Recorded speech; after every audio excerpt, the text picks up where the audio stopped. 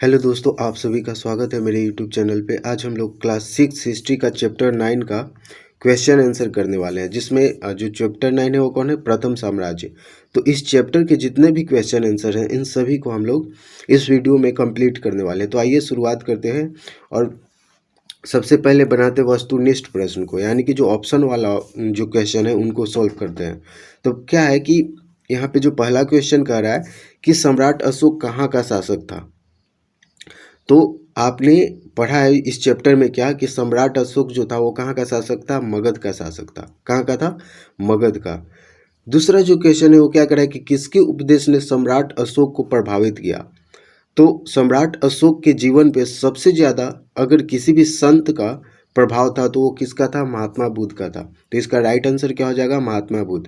उसके बाद क्या है कि अशोक के साम्राज्य में प्रशासन का उच्च पदाधिकारी होता था, यानी कि जो सम्राट अशोक जब शासन व्यवस्था चलाता था उसके प्रशासन में उसको सहयोग करने के लिए जो सबसे उच्च पदाधिकारी होते थे उनका क्या नाम था? उसको क्या बोलते थे? तो उसको बोलते थे अमात्य। क्या बोलते थे? अमात्य। तो ग का राइट आंसर क्या हो जाएगा? चौथा, जिसका क्या होगा? उच्च पदाधिकारी को क्या बोला जाता था उस समय?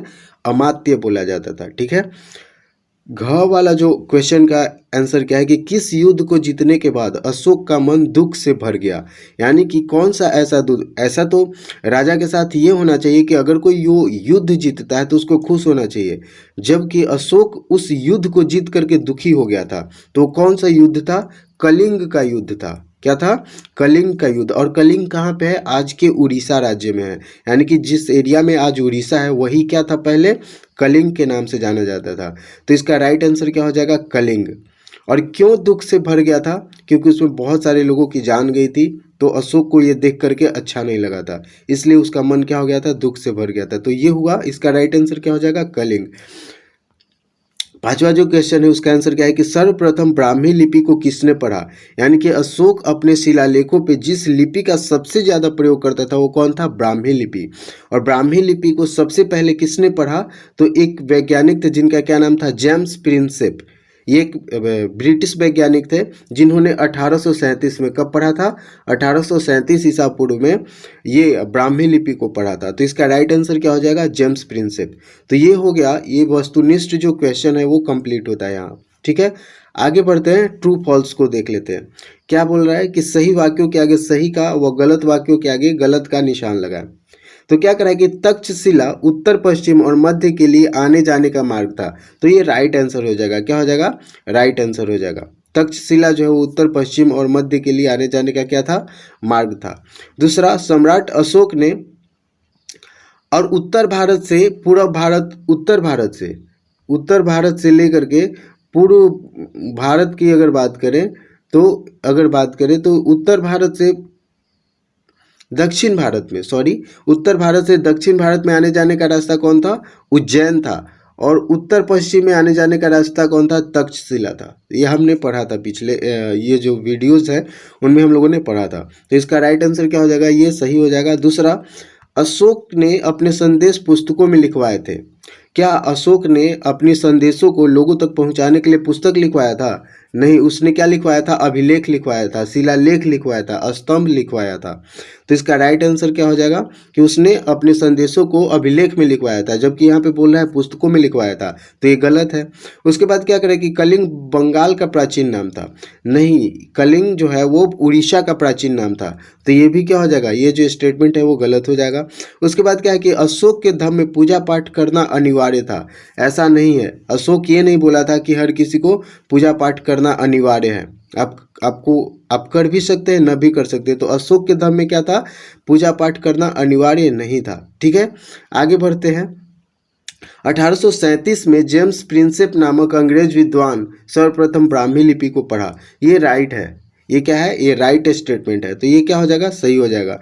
उसके बाद क्या करा कि अशोक के प्रशासन में प्रांतों को जिलों में बांटा गया था। ये भी सही है। अशोक का जो साम्राज्य था उसको क्या है, छोटे छोटे प्रांतों में क्या कर दिया गया था? बांटा गया था। और उन प्रांतों का हेड कौन होता था? प्रिंस होता था, यानी कि राजा का बेटा, भतीजा जो भी होता था वो सब इन प्रांतों की देखरेख करता था। और इन प्रांतों को भी और भी छोटे हिस्सों में जिलों में बांटा गया था। तो ये इस राइट हो जाएगा। ठीक है, तो ये सही है, ये भी सही है।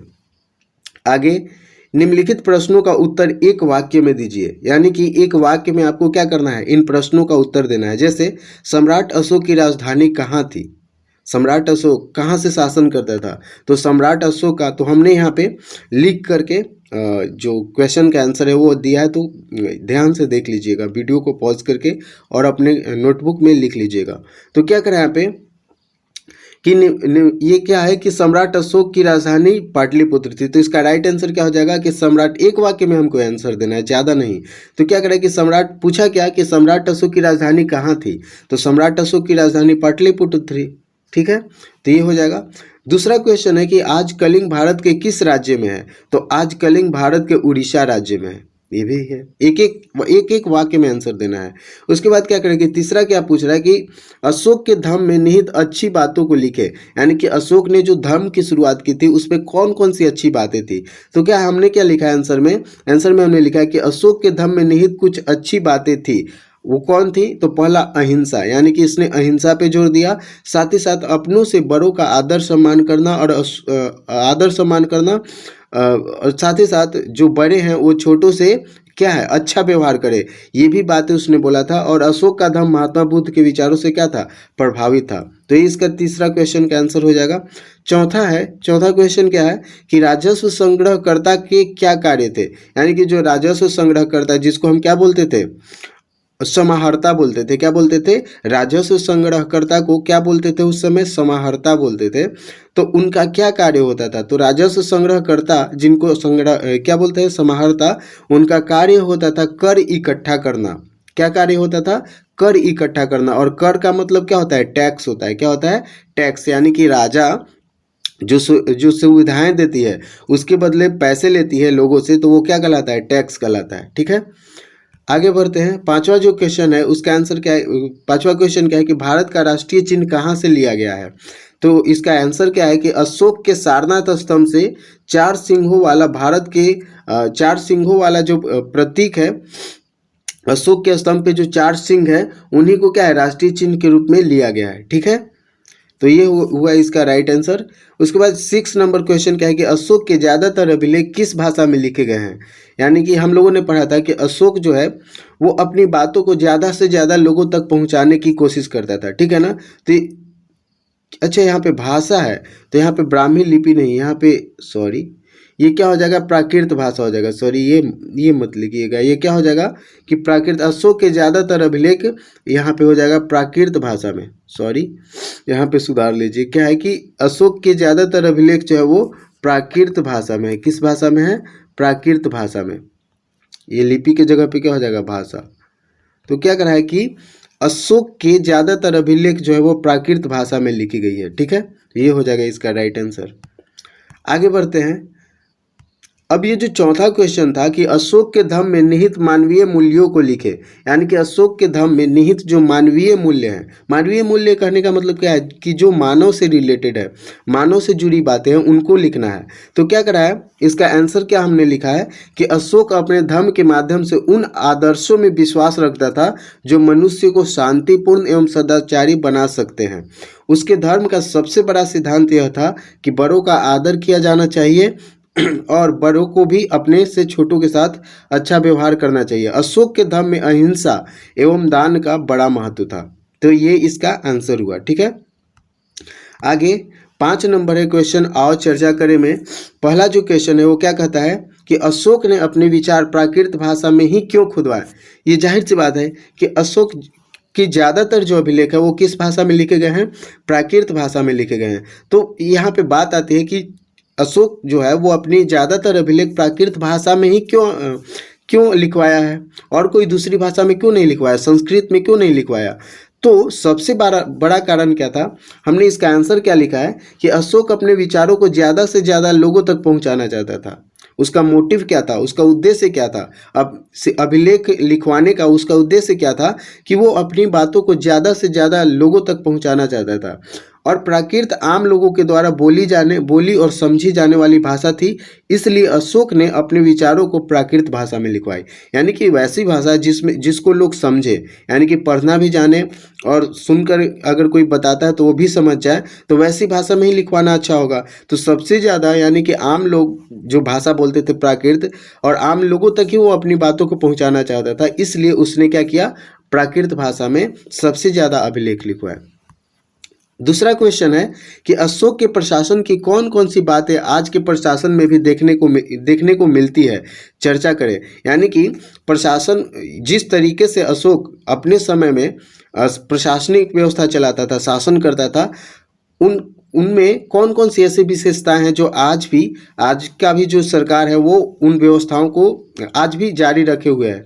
तो क्या करें, यहाँ पे हमने आंसर में क्या लिखा है कि अशोक के प्रशासन की कुछ बातें जो आज के प्रशासन में देखने को मिलती है वे हैं। तो पहला चीज हमने क्या लिखा कि उस समय राजा को प्रशासनिक कार्य में सहयोग करने के लिए उच्च अधिकारी तथा मंत्री होते थे। आज भी प्रधानमंत्री तथा मुख्यमंत्री को सहयोग करने के लिए उच्च अधिकारी तथा मंत्री होते हैं। तो ये एक समानता हो गई। दूसरी क्या है कि समाहर्ता अथवा राजस्व का काम कर इकट्ठा करना होता था, आज भी ये कार्य समाहर्ता करते हैं, और भी इत्यादि। यानी कि ये हो गया इसका आंसर। इन क्वेश्चन का जो आंसर है वो वीडियो को पॉज करके आप लिख सकते हैं, ठीक है। उसके बाद आगे बढ़ते हैं। तो क्या करें कि अशोक ने अपने से पहले आने वाले राजाओं से किन बातों से अलग लगते हैं। यानी कि अशोक से पहले जितने भी राजा हुए और बाद में जो अशोक हुआ, तो इन दोनों के बीच में क्या डिफरेंस आपको देखने को मिलता है, कैसे लगता है कि अशोक उन सभी राजाओं से अलग था। ठीक है, तो हमने क्या लिखा है कि अशोक अपने से पहले आने वाले, इसका आंसर में क्या होगा कि अशोक अपने से पहले आने वाले राजाओं से निम्न बातों में अलग लगते हैं। अशोक, तो पहला हमने क्या लिखा कि अशोक पहले ऐसे राजा थे जिन्होंने युद्ध का त्याग किया था।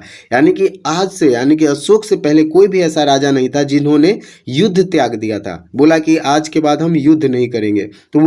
तो इन बात से यानी कि पहला जो बात ये हुआ कि अशोक पहले ऐसे राजा थे जिन्होंने युद्ध का त्याग किया था। ठीक है, दूसरा, ये पहले राजा थे जिन्होंने धर्म की शुरुआत की थी। आज से पहले कोई भी ऐसा राजा नहीं था जिन्होंने धर्म की शुरुआत किया था। ठीक है, तो ये डिफरेंस हुआ। साथ ही साथ ये सबसे अधिक अभिलेख लिखवाने वाले राजा थे। यानी कि जितना अभिलेख अशोक ने लिखवाया है उतना अभिलेख अभी तक किसी भी राजा ने नहीं लिखवाया था। ठीक है, तो ये था तीनों क्वेश्चन का आंसर। ठीक है, जितने भी क्वेश्चंस थे ये सभी क्वेश्चंस क्या होते हैं, कंप्लीट होते हैं। तो प्लीज़ जितने भी क्वेश्चन है उनका आंसर वीडियोस को पॉज करके लिख सकते हैं। ठीक है, या फिर इन क्वेश्चंस का जो पीडीएफ है वो हम अपने टेलीग्राम चैनल पे डाल देते हैं। तो वहाँ से जा करके उसका लिंक जो है वो डिस्क्रिप्शन में आपको मिल जाएगा, वहाँ से जा करके आप इनको डाउनलोड भी कर सकते हैं। ठीक है, तो मिलते हैं नेक्स्ट वीडियो में, तब तक के लिए धन्यवाद, टेक केयर।